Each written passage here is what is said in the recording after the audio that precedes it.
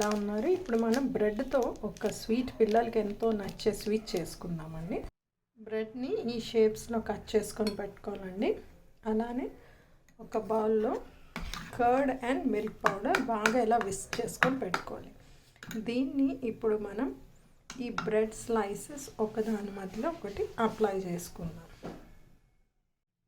ఇప్పుడు మనం ఇది అప్లై చేసేలోపు కొంచెం మిల్క్ బాయిల్ చేసుకుందామండి.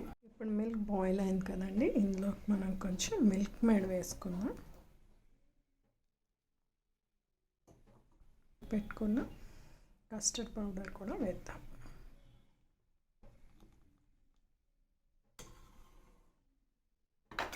దీన్ని ఇప్పుడు బాగా మిక్స్ చేసుకోవాలి.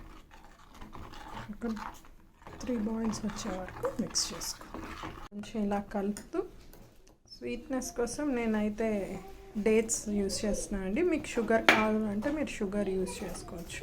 ఇప్పుడు ఈ కన్సిస్టెన్సీ రాగానే స్టవ్ ఆఫ్ చేసేసుకోవాలి. ఇప్పుడు మనం ముందుగానే రెడీ చేసి పెట్టుకున్నాం కదండి బ్రెడ్లో, దాంట్లో ఇప్పుడు ఈ మిక్చర్ని ఇలా వేసుకుంటాను.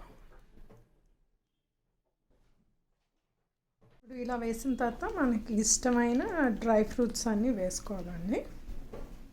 ఫ్రూట్స్ అన్నీ వేసుకున్నాక నేను కొంచెం చియా సీడ్స్ కూడా వేసుకుంటానండి, ఎందుకంటే కొంచెం హెల్త్కి మంచిది ఏదైనా వేస్తాను.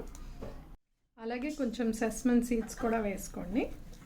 ఇప్పుడు చూడండి, ఎంతో టేస్టీ అయిన bread pudding, bread sweet is ready.